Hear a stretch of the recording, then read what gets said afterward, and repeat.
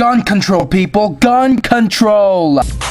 Hey guys, this is MrPoliticsGeek, meaning it's now a constitutional right for an individual. Should self-defense be a fundamental right? I mean, the thing for me is that if we have ruled in the past,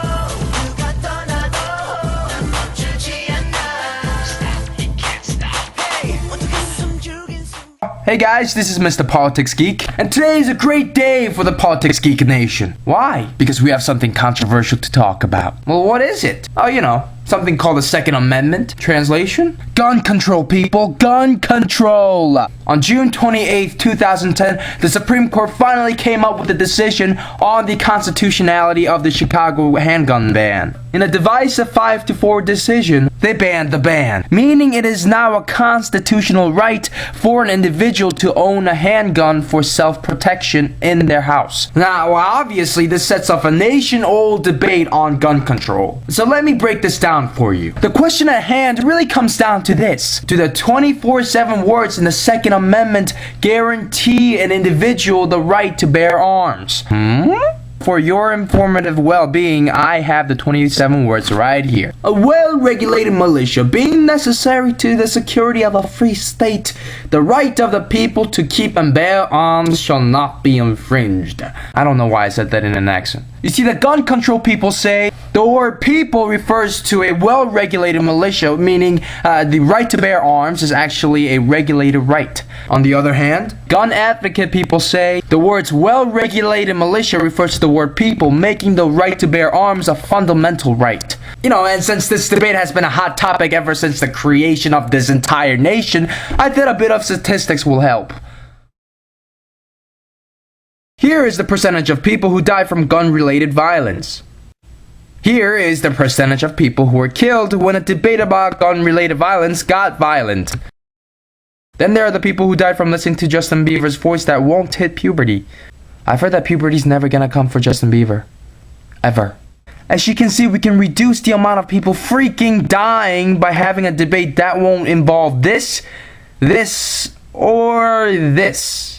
So rather than trying to rip each other's hair out, let's just STFU and do some RESEARCH. Let's start with what gun control and gun advocates have in common, which is basically they don't want to see people get capped. In the majority opinion issued by the Supreme Court, although Justice Alito, that's this guy, said that handguns are a fundamental right, he also suggested that such a right is limited to one's home, meaning you can't carry your guns around wherever you want. Except if you live in Texas. They just have to be special, don't they? And you can't buy yourself a bazooka, although that would be pretty sweet. However, on the other side of the minority opinion, Justice Breyer, and that's this guy, does bring up some great questions about what the true implications would be if we were to allow gun control to be loose. Does the right to possess a weapon apply somewhere else outside the home? What kind of guns are necessary for self-defense? Does the presence of a child matter? Does the presence of a convicted felon in the house matter? All of which are actually legit questions. But let's step away from the conservative versus liberal mindset and look at this with common sense here. Should self-defense be a fundamental right? For me, when answering the question, should self-defense be a fundamental right? As long as you prove yourself to be a responsible and sane citizen, you should be able to think, believe, and act as you see fit, as long as it doesn't infringe upon other people's liberties. I mean, the thing for me is that if we have ruled in the past that marriage and privacy, which are not in the Constitution, have been guaranteed as fundamental rights, why not self-defense in your own home? I mean, look, we should be sensible and reasonable. No, we shouldn't allow convicted felons to own a gun. And no, we shouldn't allow people who are too young to own a gun. Yes, there should be requirements. And yeah, I think there should be training too. And no, I don't have all the answers to the questions that Justice Breyer asked earlier. But to take away a man's right to defend his own house? Well, to me that just doesn't make sense. Hey guys, thank you so much for tuning in once again to your dose of MrPoliticsGeek and doing your job as an informed citizen. You know, as I'm researching this issue, I realize that this is a very touchy issue, and I'm very open to debate here. So I really challenge you to either try to convince me to the other side or affirm what I said.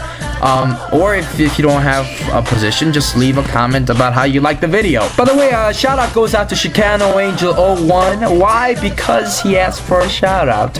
If you want to see what that's all about, please go to my video response to Dan Brown Universe on why the internet is irreplaceable. Anyway, I hope everyone had a great 4th of July. But whether you believe in gun control or not, gun control and gun advocates are both Americans.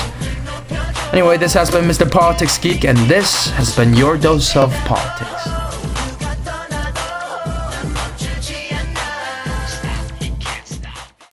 Do some RESEARCH.